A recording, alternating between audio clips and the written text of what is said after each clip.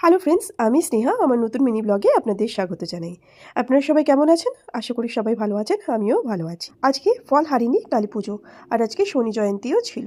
তো তার জন্য আমি আজকে ফাস্ট করেছিলাম, আর অফিস থেকে বেরিয়ে ডাইরেক্ট সিদ্ধেশ্বরী মায়ের মন্দিরে পুজো দিতে চলে গেছি। গিয়ে দেখছি কত লাইন, ঝটপট লাইনে লেগে পড়েছি, কেন কি ওইখান থেকে পুজো দিয়ে আমাকে আবার আমার বাড়ি ফিরতে হবে। প্রায় আধা ঘন্টার বেশি লাইনে দাঁড়ানোর পরে অ্যাট লাস্ট মায়ের গেটের সামনে পর্যন্ত আসতে পেরেছি। তো এখানে এসে অবশেষে মায়ের দর্শন পেলাম।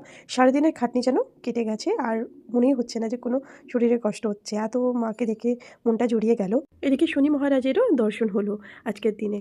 তো দুটোই কাজ একসাথে হয়ে গেছে, মনটা যেন খুবই ভালো লাগছে। তো চলুন ঝটপট করে পুজো আর পুষ্পাঞ্জলিটা দিয়ে দিই, আর এখান থেকে আস্তে আস্তে বেরোই, কেন কি অনেক ভিড় রয়েছে, ঠেলাঠেলি হচ্ছে।